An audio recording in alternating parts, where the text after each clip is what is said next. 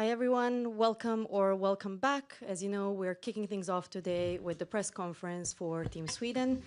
Welcome. A kind reminder, interpretation is available in your headsets. Please state your name and the media outlet you're with before asking your questions and speak into the microphone. Thank you, and the floor is yours. Welcome. Thank you. We will start this with a Swedish part, so you can listen in your headphones, and then we will take a couple of English questions in the other part of it. So we'll start in Swedish. Thanks. We can start over here. Alltså, du har ju mött England otaliga gånger, höll jag på att säga. Men om du ska jämföra de här lagen som du har mött, men dels för ett år sedan, men inte minst EM 2022, vad ser du för styrkor i det här engelska laget idag? Jag tycker grunden är densamma. De har ett sätt att spela på som vi är vana vid, eftersom vi har mött varandra några gånger nu. 2 gånger senaste året. Så deras styrkor, ja, de har otroligt många individuellt skickliga spelare som vi måste ha koll på. Och som alla motståndare så analyserar vi dem väl inför matcher, och när det väl är matchstart så kommer vi vara mer redo. När man pratar med många av er i laget så får man känslan av att det är många som tycker att det här laget är det bästa under Gerhardssons tid, att ni liksom har hittat en form av väldigt god känsla. Håller du med om det, och vad är det i så fall som är skillnaden nu jämfört med tidigare? Men vi har en otroligt stor tro på på varandra och hela laget, och sen så spelar vi ju en väldigt intensiv och fysisk fotboll som såklart sedan Peter tog över har utvecklat oss. Och jag känner att vi utvecklats under de här åren och blivit bara bättre och bättre, och fler spelare har fått mycket mer erfarenhet av internationell fotboll. Så vi har fler som är ute i Europa i storklubbar, får speltid och erfarenhet framför allt. Och sen kommer man hit och så gjuter man dem samman på något sätt. Så det känns som vi är ett väldigt hungrigt landslag för framgång. We can continue here in white. Thanks. Kosse, du vet ju att det kan bli straffar så fort det blir utslagsmatcher. Vad tycker du om straffläggningar? Generellt sett, eller? Vad tycker du om att gå in i sådana? Gillar du dem? Jag vet inte ifall någon gillar straffar, om man säger så, men det är en del av spelet, och det är sånt man såklart tränar på inför. För det finns ju en risk att det kan gå hela vägen till straffar, men självklart så tror jag att alla lag i världen vill att det avgörs innan det. Hur ska ni göra så att det avgörs innan det? Ja, vi har våran matchplan, och såklart så har vi analyserat England. England är väldigt skickligt landslag, och vi har respekt för dem och deras sätt att spela och det de har visat hittills i turneringen. Så vi har våran matchplan redo. Hej Kosse. Nu, jag tänkte få bygga vidare lite på Lasses där, men ni går in i utslagsmatch nu. Hur är liksom känslan inför en sån match? Nej, men det känns lite som att turneringen börjar när gruppspelen är klara.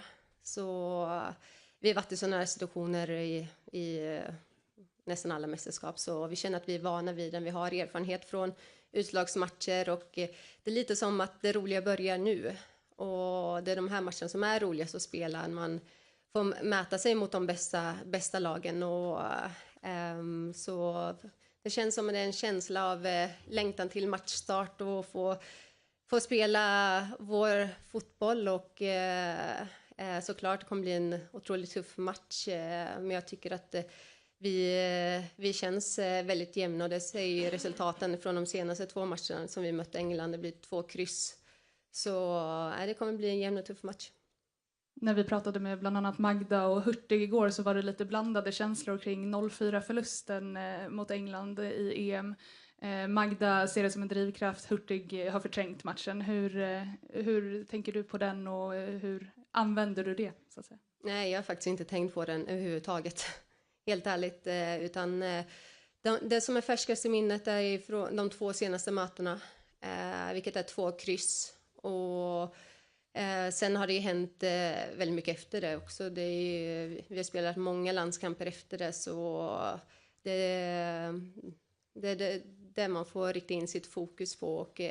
Men såklart så det är inte så att man har helt glömt den, men det är ingenting jag går omkring och tänker på överhuvudtaget, utan egen del så känns det mer som att man har längtat tills matchen börjar och gå in med inställningar att såklart vi vill vinna matchen. Du kan skicka en tema. Hej Kosse, med anledning av de här utslagsmatcherna, hur gör ni för att hålla huvudet kallt och inte tänka på vad som kan komma om man vinner den här och som väntar sen? Hur jobbar ni för att hålla fokus här och nu? Det är som i alla turneringar. Vi har inte bara rutiner, men man gör saker man mår bra vid sidan av. Man umgås med varandra. Såklart att vi har jobbat otroligt mycket med gruppdynamiken, vilket jag tycker är otroligt viktigt i mästerskap och känslan man har inför matcherna. Och en känsla av att folk känns avslappnade och redo. Det är klart att det är alltid speciella känslor när det kommer till utslagsmatcher och så, men vi vet ju, vi är Sverige, när vi går ut i ett mästerskapsmatch och när det kommer till utslagsmatcher så går vi ut dit tillsammans med en klar plan framför oss vad vi vill göra och vad vi vill åstadkomma. Och det är väl den fokusen vi har, att vi vet att vi alltid har varandra och att vi går in i matchen 100% tillsammans och kommer göra jobbet 100% tillsammans. Och det är lite så av att vi är ett fysiskt landslag, men vi kommer ju kämpa tills vi kollapsar och springa tills vi kollapsar. Så det tycker jag symboliserar Sverige. Och för att följa upp det, du som rutinerad i det här laget, vad har du för roll och ni äldre gentemot de yngre som kanske inte har varit i den här situationen lika ofta? Jag tycker framförallt sprida ett lugn i truppen, lugn av att vi gör det här varenda dag. Vi spelar fotboll varje dag, avdramatisera det hela. I slutändan när vi går ut till vilken match som helst så går vi ut med viljan att vinna matchen.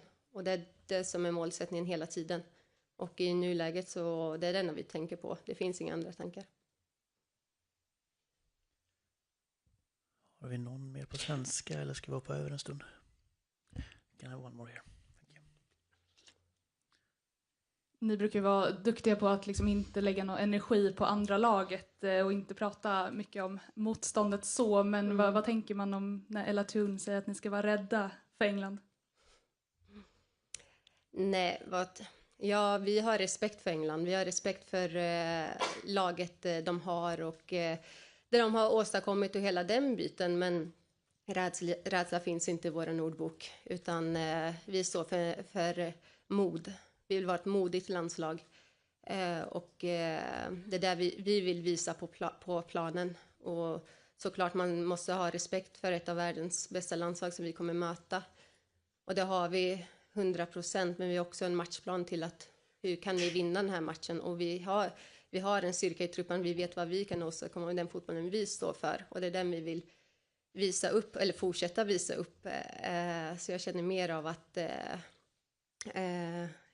att det finns en sorts längtan till morgondagens match av att vi vill gå ut, spela vår fotboll intensiv, fysisk, och sen är det ju, får vi se hur långt det bär, men i våra huvuden så finns ju bara en sak, och det är att vi vill vinna matchen.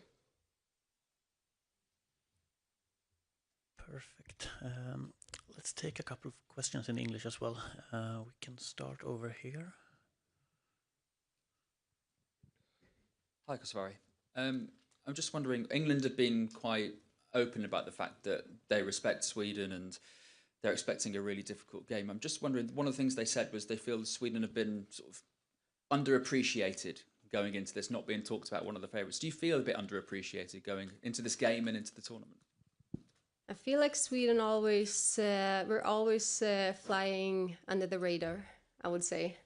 And it's something that kind of suits us because obviously we think that we are one of the best teams in the world due to the result we've been doing the last few years and from the tournaments, and but people rarely speak about us as someone that can win the gold.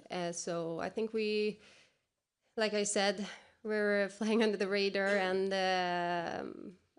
it suits us kind of, because I think like we know we can beat any team in the world when we have our best day. So I think it's we don't think about it too much, but I think definitely people should talk about us more.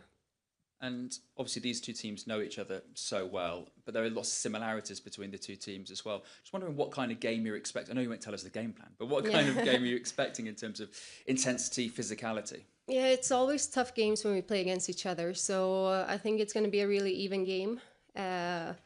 So I would say England, they have a lot of talented players, while our biggest strength lies in the team and the way we play as a team.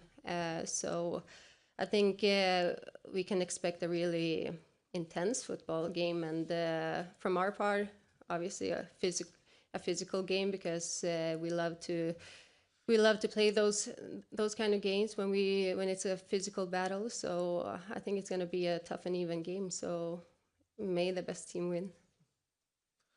Hi, Kosvari. There are lots of English-based players in the Sweden squad, and therefore a lot of the England players familiar coming up against them. How could that perhaps help you in the game tomorrow? I think it's both ways. I mean, obviously the Swedish players know a lot of the English players, but it's the same on the other side. The English player knows the Swedish players. So I think it's just about, it's an advantage both sides. And let's see tomorrow who will gain the most from it. And you've mentioned physicality a few times, and we saw England lose to a France side that were very physical and very powerful. Is that physical area somewhere you feel you can perhaps get on top of England tomorrow? I think the physical part is definitely, has always been the strength in our team, and that is something we need to have going into games. While when you see the English squad, it's also like it's a really talented team with a lot of experience, and we have a lot of respect for the English team, but we also have a game plan that we're working towards, and I think that's the most important thing, like to be humble and respect the opponents, and really analyze them. So we really analyze them like we do with all of our opponents. So we hope we can get our game plan through tomorrow. Thank you. Thank you. So we have two more questions in the back, in the dark, if you still want. Yeah, perfect. Hi, Kosa. Nice to see you. Oh, hi. Hope you're well. A long time. Just a quick one from me. Obviously, having played with you in Linköping, and to see your career grow and still playing, incredible. So kind of 2009, fast forward 16 years. For yourself, like how have these tournaments changed from that first one that you first played in 2009 to now, personally on and off the pitch? Oh, yeah, it's changed a lot. Obviously, the investments we're getting into the women's game right now, it's on another level from 2009 when I started when I played my first tournament, and I think the game is growing all the time, and I think and with the visibility, that the sport is getting now, and the recognition. I mean, when you watch women's football now, you want to watch it because it's intense and it's fun. We don't die. No, but I think it's developing the sports when we get those investments into the game. So it's a huge difference, because I remember we had our names on our shirts, but you couldn't switch shirts. It's from that far back. It's crazy when I think about it, how much it's been growing, and how much we still will grow, So it's cool to be part of it. And nice to see you. A final question from the back. Hi, you talked about the physical battle. We've been hearing a lot from England about them being proper English. But given all the English footballing experience with you and the rest of the team, can you actually match them in that? Will that be enough from England to adopt this proper English approach, given all your experience of English football in the team? I mean, the English league is a really physical league, so they are a physical team as well. We have it kind of in our like history-wise going through. But with our kind of football, from looking years back, because we always had the physical part, I feel like the Swedish team has become like a more technical side, you know, and we play a more like intense football. So I think that the combination of playing an intense football and combining with the physical part, I mean, that's why we've been developing so much as a national team.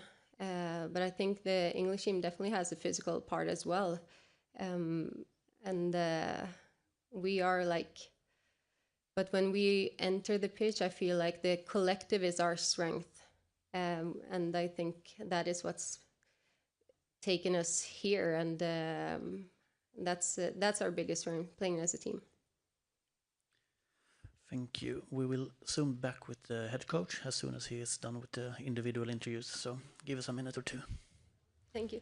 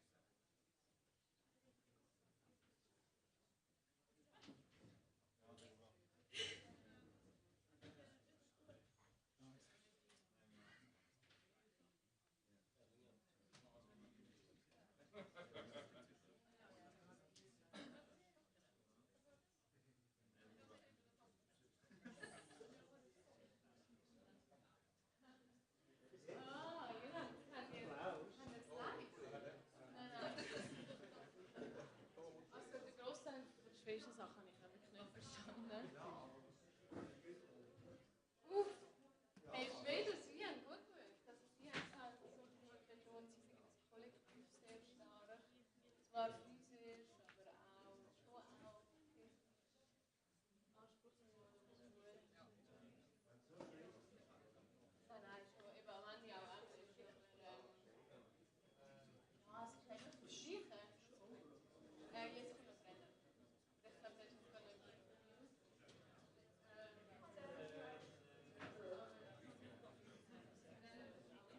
Nein, es ist eigentlich spannend. Also ich meine, sie wollen zuversichtlich, sie haben auch sein. Sie sind immer so ein Underdog, aber sie sind auch da, sie sind Hausfavoriten. Wenn nicht ein bisschen weniger über sie, aber sie haben immer starke Leistung. Also full game on.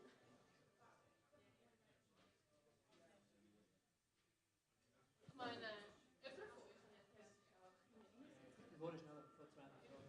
Ah, ja. Maar 2 keer is het sneller. Het is nog 2 sneller. Zijn we nog beginnen?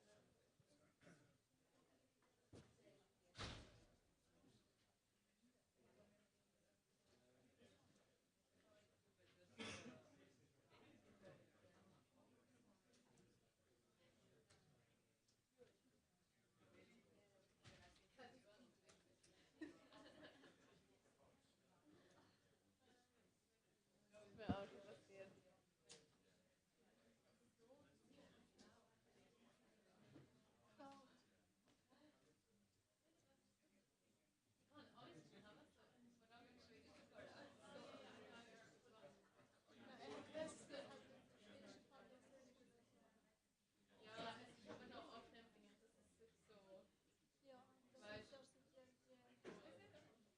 Ja, und dass die schwedische Equipe da ist mit den anderen Ländern, die Englisch. Das ist eigentlich natürlich.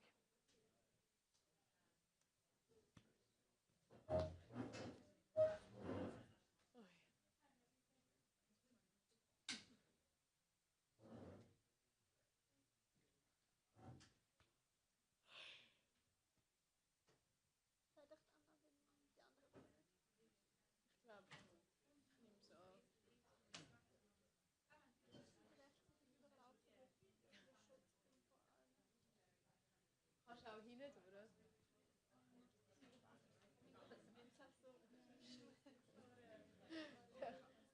fast das nicht stolz, würde ich das die ganze Wand führen. Was würde so passieren?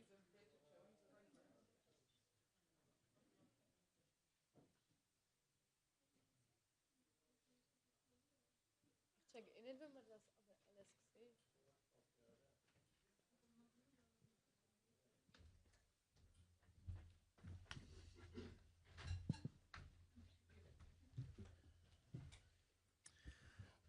Perfekt. Vi fortsätter på samma sätt som förra gången och inleder på svenska.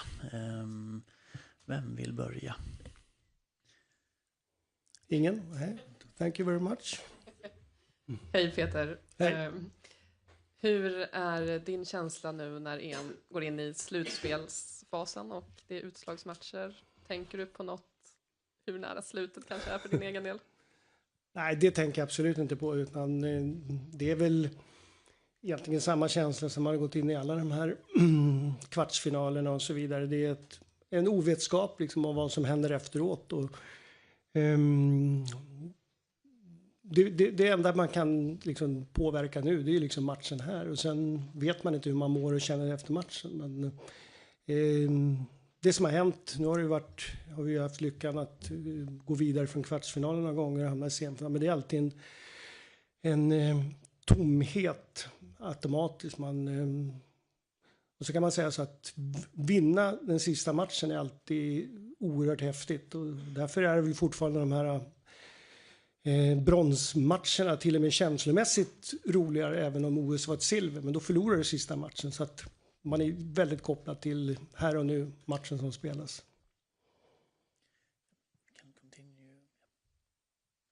Ja, en följdfråga just på det. Ni pratar just ofta om man ser bara till nästa match. Hur lätt eller svårt är det liksom som grupp att hålla den bubblan och inte rusa iväg i tankarna? Vad är utmaningen för dig som förbundskapten?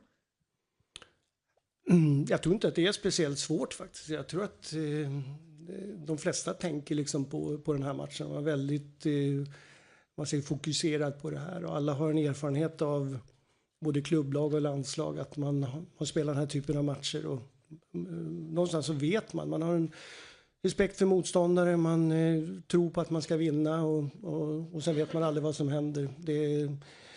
Fotbollen är oförutsägbar, så att det går inte att hitta på någonting innan hur man ska må eller känner så där. Så att jag tror vi är där allihopa, att det finns liksom en tro på att man kan vinna, men också vet man en vetskap om att man kan förlora. Framförallt mot den här typen av motstånd så är det ju ingenting som är självklart.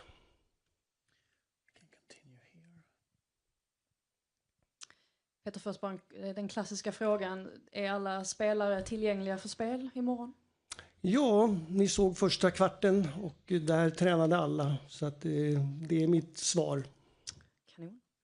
Och fråga nummer 2 då. Ni har ju gått igenom ett par straffläggningar under din tid. Vissa har gått bra, andra mindre bra. Skulle du säga att det finns någonting du har lärt dig av att gå igenom de här straffläggningarna? Att det är någonting som du har ändrat i din planering eller strategi kring det hela och som du tar med dig in då inför en eventuell straffläggning imorgon?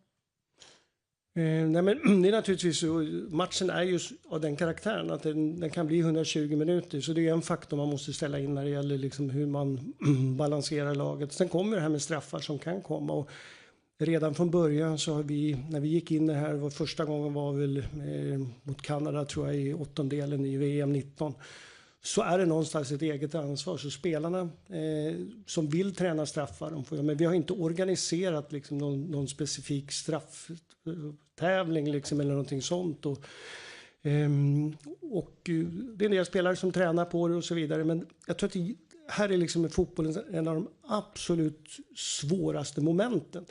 För det är väldigt svårt att förbereda. Alla spelar fotbollsmatcher, alla har hamnat i försvarsmässiga lägen eller anfallsmässiga lägen. Om man nu är forward, då kan man göra som back också i och för sig. Men just straffar, så kan man titta på en trupp på 23 spelare, så är det så här, hur många är man säger straffläggare i sina klubbar? Det är inte speciellt många. Och hur många straffar slår man per år? Kanske 4-5. Och hur många av dem är direkt avgörande? Det kanske är en. Så att det här är väldigt liksom svårt liksom att ha någon så här superplan på hur man ska göra. Och det inte jag vet, och ingen vet, det är hur vår slutselva ser ut efter 120 minuter. Och därifrån så kan ju vi planera, vi ledare, liksom, att de här spelarna 5 ska slå straffar och de här 6 då, som är på plan får liksom straff 6, 7, 8, 9, 10, 11. Det är det man kan göra. Men det kan man ju oftast inte göra förrän kanske sista bytet är gjord i en förlängning och så vidare. Så att det är ganska komplex grej. En av de här mest oförutsägbara sakerna i fotboll att kunna göra det. För det krävs en mental styrka, det krävs naturligtvis en teknik att göra här. Och precis som du sa, så vi har i VM när Hedvig räddade straffen mot Kanada var en sån här matchavgörande. Och sen har vi haft Caroline Segers i OS när vi hade den gått in så hade vi varit oskuld, och hade vi inte Hurtig svart inne så hade vi kanske inte ens gått till semin. Så det är många sådana saker. Långt svar på en väldigt oförutsägbar fråga. Men så är det. Continue here. En följdfråga på det då, Peter. Tycker du om straffläggningar? Ja, men det måste ju avgöras på något sätt. Så att jag ser ingen annan del själv. Sen har jag ju slagit på straffar själv som spelare. Och jag har aldrig varit så nervös i hela mitt liv som när jag slog en straff i någon semifinal mot Norrköping. Så att jag satte den, men jag höll på att skramla ihop på vägen fram till att lägga ner bollen. Men det är någonstans den erfarenhet. Man kan vara nervös. Det kan vara jobbigt. Men man kan fortfarande göra mål. Bara man tar sig fram till bollen och straffpunkten. Men jag ser ingen annat sätt att avgöra det på. Så att det får vara så. Är du mindre nervös nu? Förlåt? Är du mindre nervös för en straffläggning nu som förbundskapten? Ja, det är ju inte jag som ska slå en. Så att men det är spännande. Det är jättespännande. Sen har jag lite dålig koll ibland på räkningen, måste jag säga. Så att där får jag ibland fråga, vad vinner vi om vi sätter den här nu? Som var BK Häckens ett cupguld vi tog där. Jag hade ingen aning om vi satte den så skulle vi vinna cupen, men det gjorde vi. Vem är det du frågar då? Den som står bredvid. Hoppas att den har koll. Det kan vara Magnus Wiegman eller Leff, målvaktstränaren. Han har bra koll. En annan fråga. Kosovare Asllani, du har byggt det här laget ganska mycket kring henne sen du tog över. Vad har hon betytt för ditt landslag?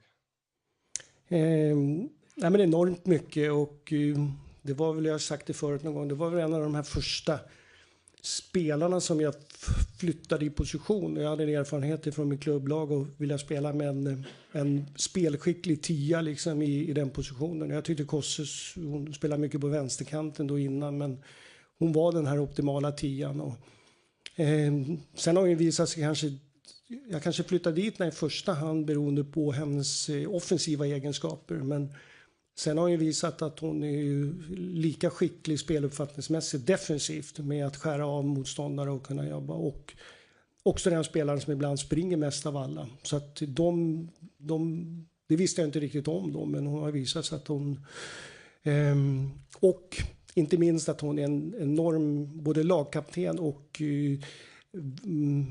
på något sätt driver både sig själv och många i laget med en enorm vinnarinstinkt liksom. Så att jätteviktigt att vi gjorde det.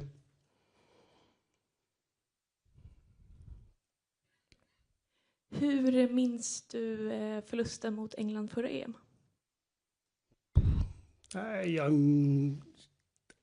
För det första kan jag säga att fotbollsmässigt så har vi vi har inte haft en bild på det, för det var andra spelare och det var utan jag kommer bara ihåg egentligen att vi hade 3 jättelägen att göra 1-0 mot dem. Vi hade covid i gruppen och vi hade ytterbackar, och jag tror att Hanna Glad spelade till vänster. Alltså vi fick göra om ganska mycket där. Vi hade spelare som inte ens kom dit. Vi hade ledare som var sjuka. Så att just det EMet var väldigt, det blev en tråkig sista del rent hur vi levde och bodde och hela den delen, eftersom vi inte fick träffas. Vi var vana att sitta 8-9 vid varje bord och sitta och skratta. Nu fick vi restriktioner med munskydd, 3 stycken. Alltså det förtar väldigt mycket. Sen kan man fortfarande prestera på plan och så vidare. Så att, men jag kommer nog mer ihåg livet där som var vi bodde ju väldigt bra, men det var väldigt tråkig vardag i det hela. Matchen har jag inte, de rann ju iväg till 4-0 där, så att det var ju pyspunka eller vad ska man säga på hela mästerskapet. Men tror du det livet utanför påverkade matchen och prestationen i mästerskapet? Ja, alltså rent spelarmässigt var det ju så, för vi hade inte alla spelare tillgängliga och det var väl redan matchen innan som det var sjukdomar och så vidare och en som var inlåst i 5-6 dagar var det Rasmus Liljeblad som är viktig liksom i vårt team och så vidare. Det var flera av ledarna som var sjuka också så att det tror jag påverkar naturligtvis en grupp. Nu klarade jag men man påverkas av att andra runt omkring är sjuka och inte mår bra så att det har vi inte behövt uppleva här nu så att det är väl det jag kommer ihåg. Så att det hör ju vad tråkigt det är. Så jag förträngt det nästan. Påminna sig de sakerna. En annan fråga då. Vad tycker du om den här arenan? Och kanske framförallt löparbanorna? Ja, men jag måste säga det senast så löparbanor gillar jag generellt sett inte liksom runt. Jag vill ha de här små tajta arenorna. Jag har ju favorit, nu ska vi ju spela mot England här, men en av mina favoritarenor är ju Craven Cottage där Fulham spelar. Liksom. Jag kan bara åka dit bara för att det är så mysig arena som ligger vid Themsen där. Men jag måste säga det att senast så var det ju våra supportrar gjorde ju den här arenan så att jag tänkte inte ens på löparbanorna förutom att det var långt att springa fram. Men supportrarna gjorde att på något sätt så försvann de här löparbanorna och mer kanske fokus på dem. Så att det var häftigt. Hej Peter.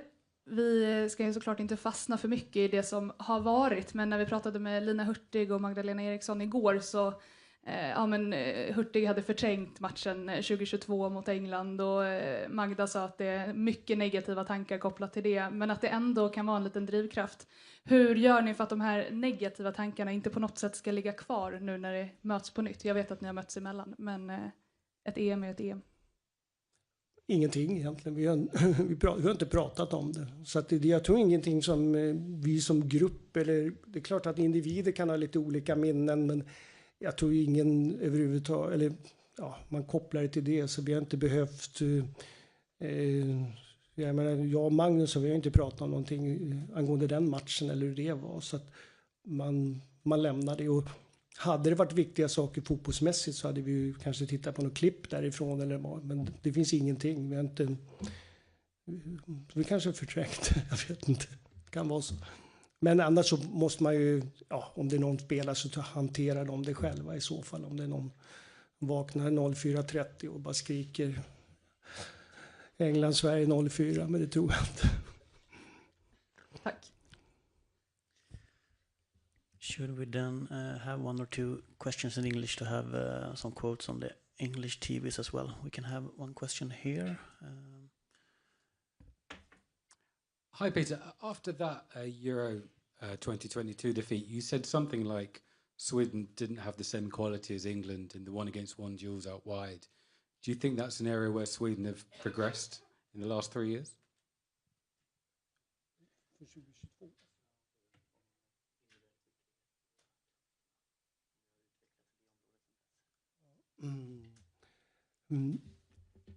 Yes, I think development is always in football, and I think both we and England are better now than we were in 2022. And you can see, for me, it's always if you take the World Cup 23, it was everything was better. The physical thing were better. The football is better. So I think it's happening many things since 22. So I think both England and we are better teams, better players, better in shape overall. And I hope that we can show it tomorrow because the last time, as we talk about here, it was not good. But as I said, it was different things in that. This Euro we have no sickness. We have been training all, and we have very very small injuries in the way to the quarterfinals. So I hope for a good game tomorrow, and I hope to win.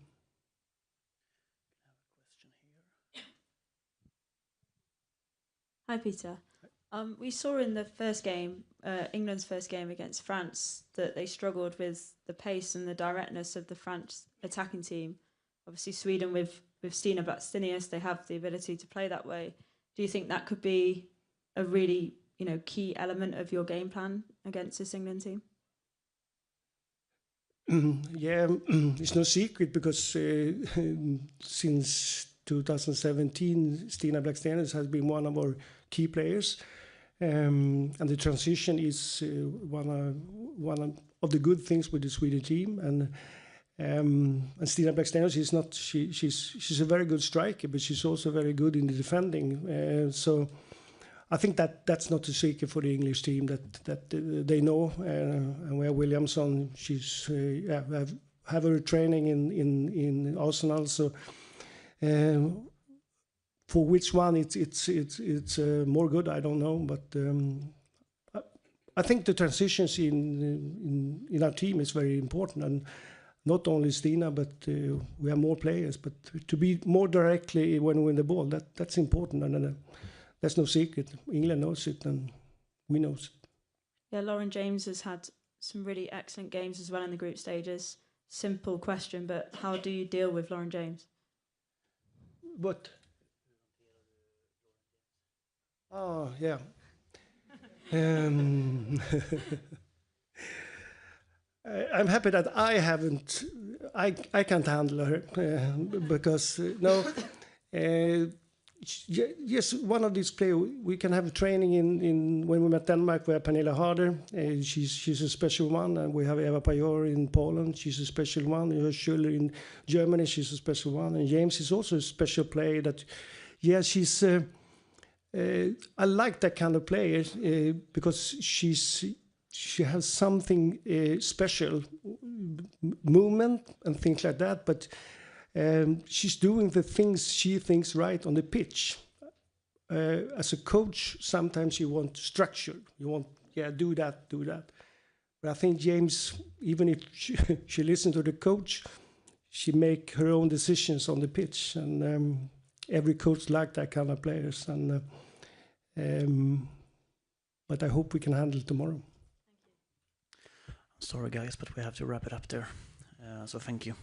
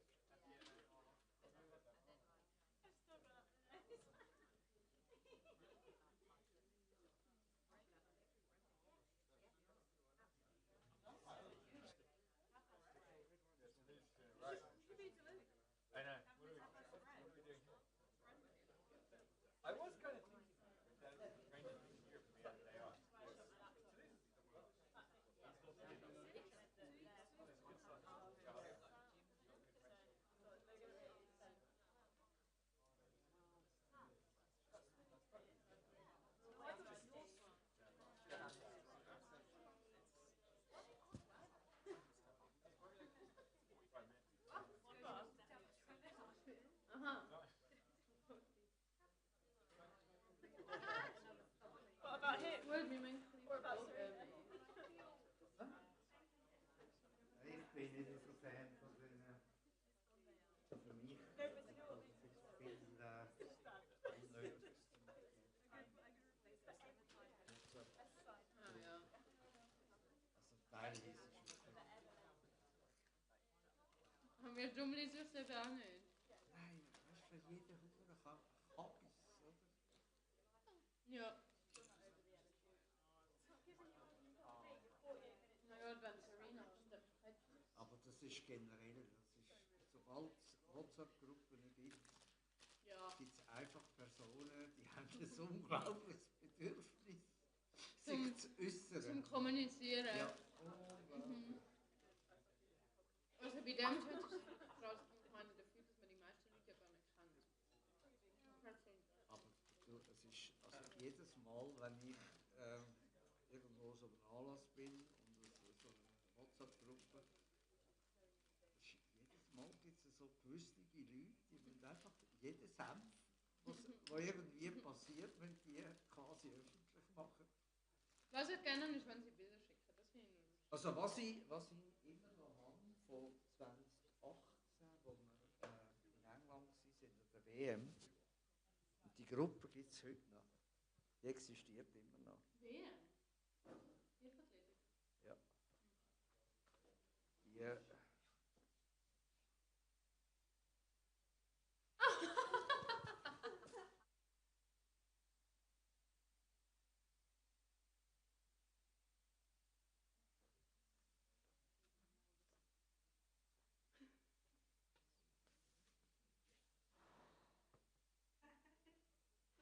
Schau mir noch schon vorpacken, wenn wir so eine Flasche haben. Das passiert auch nicht. Genau.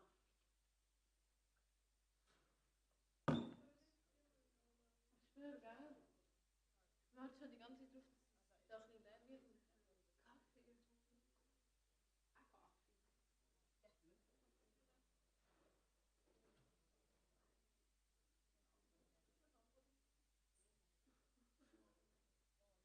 Amiga, ich sag dir jetzt mal ein Layer für die Flamme, aber steht auch nicht am Singen. Und das ist blöd.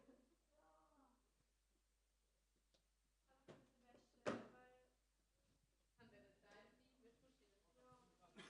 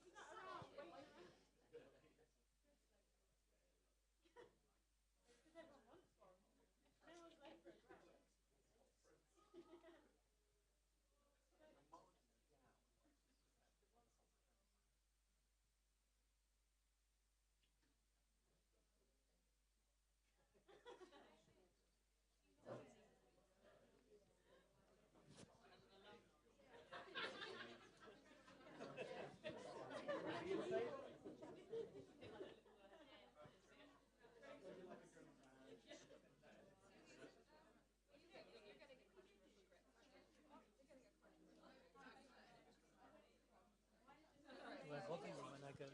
No, absolutely fine. Just otherwise I would change it. No, no problem. That's fine. I just have to bring them in.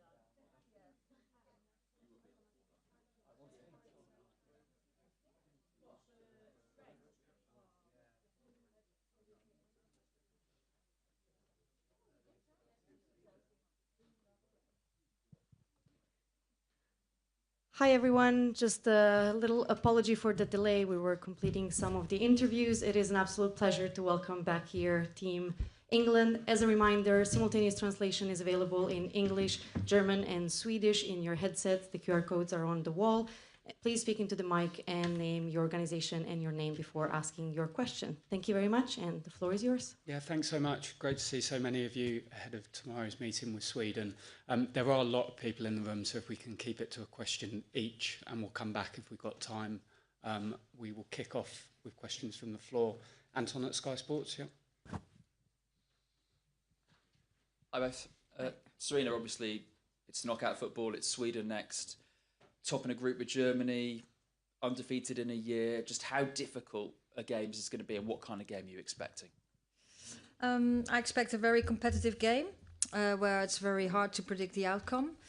And of course, they've had a very good group stage series, like the 3 wins they had.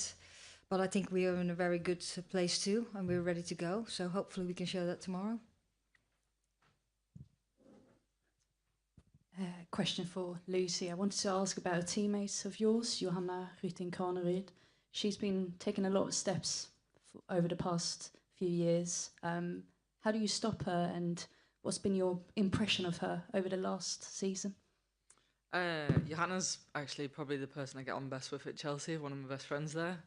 And obviously play next to her as well, and I play next to Natalie Bjorn. So I'm very familiar with the both of them. They've both had fantastic tournaments so far. I think the thing with Johanna is probably her mindset. She's something that people say about myself, very competitive. This girl is very competitive as well. And yeah, I think I've seen it this season at Chelsea. And then she puts on a Swedish shirt and she's the same. I think she'll run through a brick wall for a team. But yeah, how to stop her? I think she's hopefully on the other side to me. But yeah, I mean, she's a pacey player, been done really well. But I think, if we stick to our jobs and our roles, I think we'll be able to do a good game against her as well. Thank you. Can we go to Katie at the BBC, please?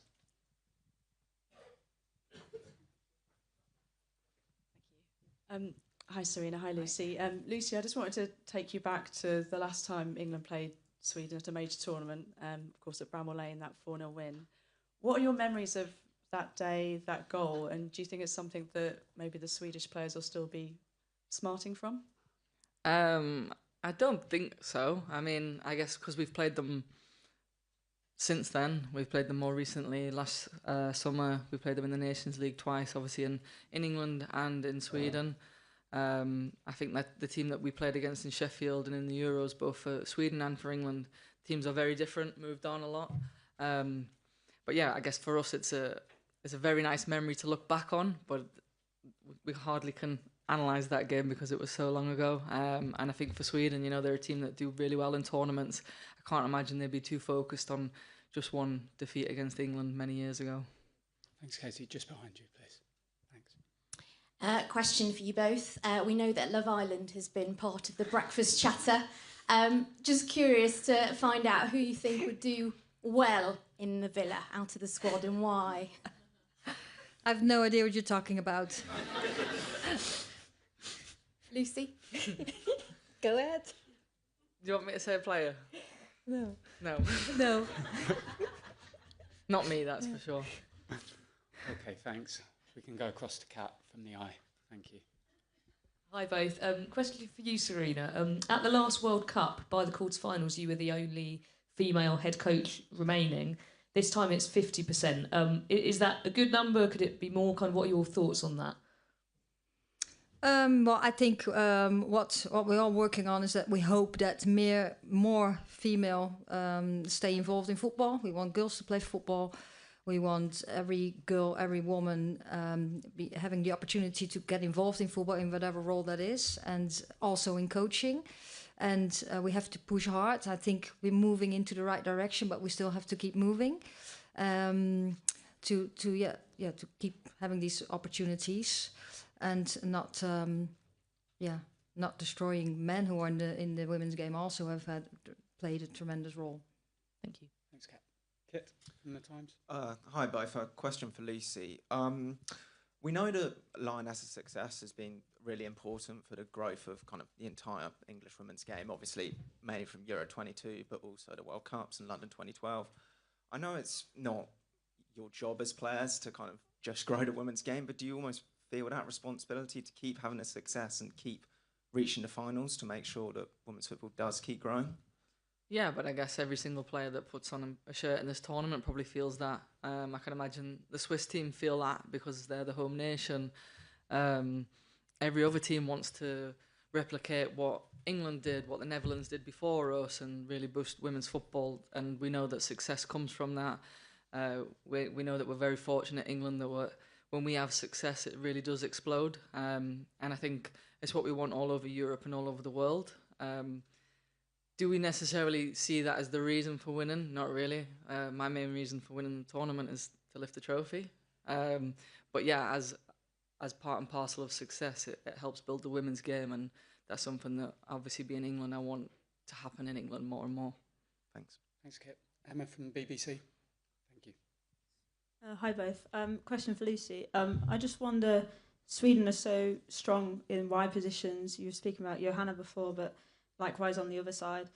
Will you have to maybe adapt the way that you play, because you're usually playing, so far forward, you like to be attacking? Will you have to maybe hold back a little bit more than what you have done? I do whatever she tells me to So if you analyse the game, I'm in positions that's for the team, for the benefit of the team, for the players around me. Yeah, I like to attack. I also like to defend. I can do whatever roles asked of me, whether that's from Sarina or the players around me. We know the threat that Sweden has, and obviously that's a lot in wide positions. But at the same time, we're a good team. We're a top team. I think you don't want to change too much because you want to give to the game what we're good at. So I think we're very much focused on our strengths and what we can bring to the game. Thanks, Emma. Tom? Tom from Daily Mirror, please. Hi, both. Yeah, question for Lucy. After the France game, there's obviously a lot of noise around the England team and how you'd respond. I feel like a lot of the conversation just out here in general has been the Sweden-Germany game and how dramatic that was. Does it feel like the pressure's eased a bit? You can kind of focus on your own game with other teams being the centre of attention? I think we never made ourselves the centre of attention. I think that's a lot of the noise from the outside. I think coming off the back of the French game and having a lot of talking points, I think actually brought the team closer together. I think you saw that then in the two performances that came from that. We're not too focused too much on noises around other teams or ourselves. We're only focused on what we do on the training pitch, what we do in games, how we recover, how we perform, and how we lift each other up. Thank you. Thanks, Tom. Susie at The Guardian. Hey, both. Lucy, how much have you enjoyed having LJ in front of you in these past couple of games, particularly the Wales game? It really looked like you, her and Ella formed like quite a formidable kind of trio. Yeah, I mean, LJ is a world-class player, and obviously Tooney's having a sensational tournament as well, so it's easy when you've got two players like that playing in front of you. I find it really easy to play with players of that quality.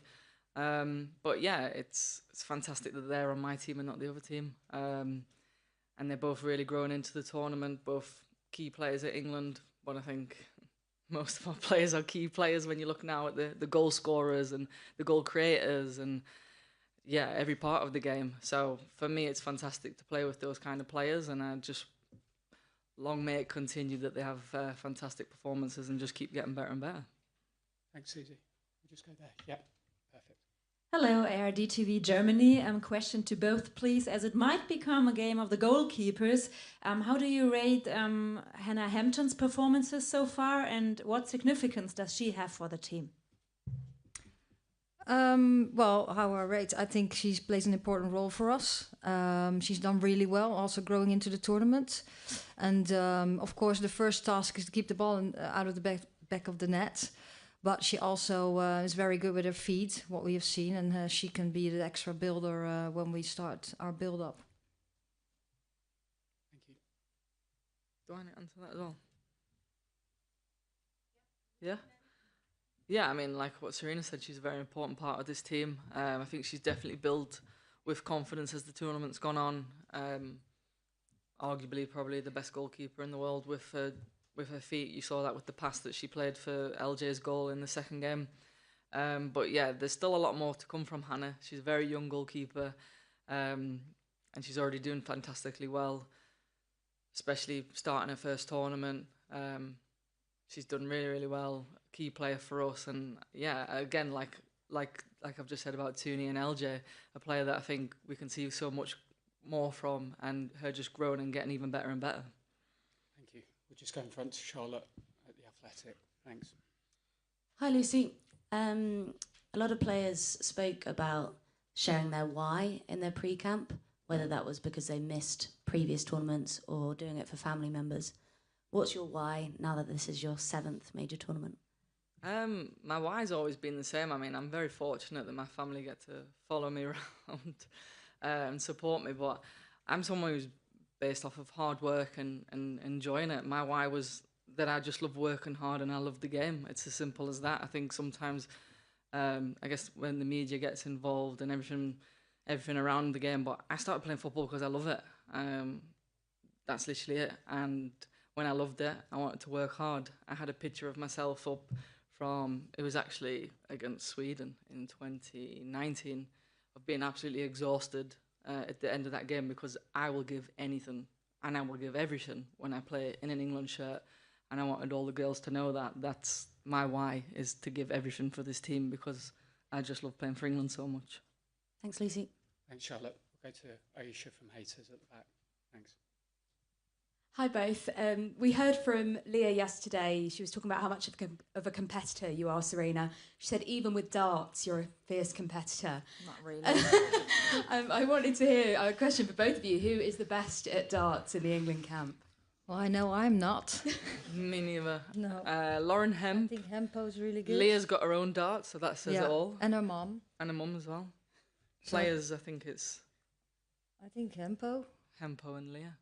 Nice. Aggie tries to be the best and just part, but didn't think they were really close. They to play the Hempo. most. Yeah. And one of our kit woman, she's very good. Yeah.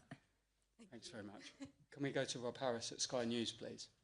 Rob, just put your hand up. Thanks so much. Hi, Sarina, first Hi. to you. A lot's been made of the proper England. Is that in part a way of maybe taking the focus of tactical discussions? Is it a way of not giving anything away? And do you need a different approach with more layers, do you think, to combat Sweden? And Lucy, what have you made of the proper England discussion? Is it a way of sort of focusing minds? You first. No, I'll go.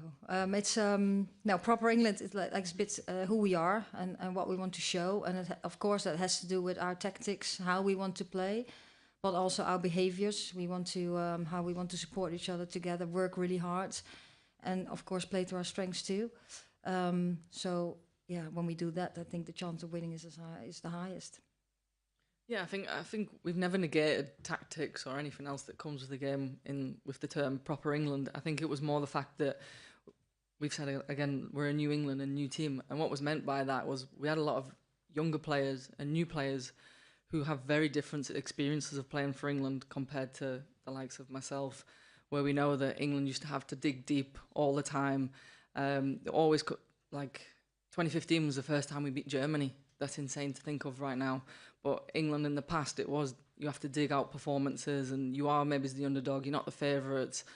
Whereas this England team has developed, football has changed. Obviously, we're a very talented team, a lot of technical ability, tactics, all that comes in the game. But we don't want to ever forget that we are England, we are proper England. And if push comes to shove, we can win a game in any means possible. Thank you. Can we go to back row, Tara from the Daily Mail? Thanks. Hiya. Question for Sarina. We heard a lot from Chloe Kelly yesterday about the importance of substitutes, and I was wondering how important you felt that strength in depth was as the tournament kind of progresses. Yeah, I think that's very important because you can change in the game. You can bring players in the same position that have different attributes to the game. So you can change tactics a little bit, you can change combinations a bit, but still keeping the levels up and try to harm your opponent. So I think that's key. And of course, it's key then that they're ready to come in, and that's what they are. Thanks. We'll go to Catherine next to Tara. Thanks. Hi, Sarina. I think Sweden have put in the most crosses of any team at this tournament. And when you played them a year ago in Gothenburg, it felt like they were kind of crowding the box and getting a lot of players in and around Hannah Hampton and trying to be quite physical against her. Are you expecting a similar kind of approach tomorrow? Yeah, that's what they want to do, of course. We know they have some qualities. They're good in the air, and they want to give the crosses. They have some speed up front too. So we're going to try to prevent that. And of course, that it helps when we have the ball a little bit more than they have. But we expect what you say and some more of that. Thanks very much. Vicky from BBC. Hi, Sarina. Can I just check, is everyone available for tomorrow? Yeah, everyone Great, is thanks. available for tomorrow. Thanks, Vicky. Holly from Daily Mirror. Hey Lucy, when we spoke to Sweden earlier this week, they actually said that 4-0 defeat at Bramall Lane is still in the back of their mind, and they would see beating you tomorrow as revenge. When we spoke to fans today, they basically, the England fans said, bring it on. And I know you've said that, you know, the excitement of a tournament is that you never know who's going to win. So I just wondered if your attitude to that is also bring it on, and if that'll make it a more exciting game. I think it'll be an exciting game regardless of the history of the teams, just because they're two talented teams. I think, as Lani said, someone mentioned that she said in an interview that it's going to be a fun game, and my interpretation was this is two teams that are in this game to win it, no sitting back, both very talented, athletic, physical, everything that you think of in a football game could happen because both teams are at that level. Yeah, so for me, I just look at it that way. I'm not sure which players said they were thinking about the semi-final, because that wouldn't be me. Thank you. No. Can we go to the back row, please? Hi, Sarina, Uma from TalkSport. Obviously, the tournament's getting quite into the knockout stages now. It's getting a bit tense. You always strike me as someone who stays calm on the sidelines no matter what happens. And I wanted to ask you, how do you do it? What is it that helps you to stay calm? To us, anyway, it feels like you're staying very calm. Yeah, yes, I try to stay calm. Of course, sometimes I feel the intensity too. But I have a task to do, and then it's better when you're calm and you can observe better and you can collaborate better with the staff on the side and connect with if possible, connect with the players on the pitch. So you're just trying to stick with your job, what you have to do, and trying to be as less emotional as possible. Thanks. Can we go to Michael from The Athletic, please? Thanks. Hi, Lucy. You used to play full-back for Barcelona with Fridolina Rolfo on the other side. General pattern was you often got praised for your defending. She often got praised for your attacking, for her attacking. Would you like to show that you can push forward and influence the game in attack as well? I think I've showed that in my 15-year career, to be honest with you. Yeah, I mean, that's what I've just mentioned in one of the previous questions, is that the role that is asked from me from the coach at Barca was to be in a back three, to let Frido attack high.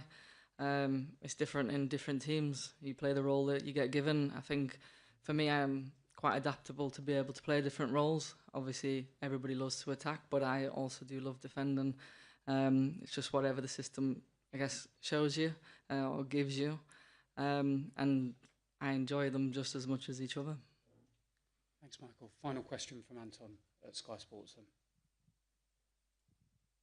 Hey, Lucy. You mentioned what Kosovare said about the intensity and what kind of game you mentioned. You mentioned the fact that when you played Sweden, you had nothing left in the tank previously. Is this what you're expecting tomorrow? And how exciting is that as a tenacious defender? Is that the kind of game that you want? Yeah, I think it's the kind of game that both teams want. And I mean, any top player in the world wants to be playing in the big games. I think for me, it's probably the most exciting quarter-final because the teams are so full of confidence, quality. Yeah, I mean, I'm not sure about the rankings, but I think they're probably two of the highest ranked teams facing off against each other. Oh, France and Germany, yeah. But yeah, I mean, we knew that coming into this quarter-final, it was going to be against a tough team. We obviously watched Sweden and Germany play each other. We then knew we had to win our game. These are exciting times, being in a tournament, playing against top teams. All the girls, today in training are really up for the game tomorrow, really excited for what tomorrow's going to bring. Thanks. We'll take one final question from Kit at the time. Sorry, I know you said everyone's available, Sarina, but can I check on Jess Park? Is she fully fit after, because she had a migraine this morning? Yeah, but she's doing better already, so she'll be available tomorrow. Thank you. It's expected. Great. We'll see many of you tomorrow. Thanks for your support. Thank you. Thanks.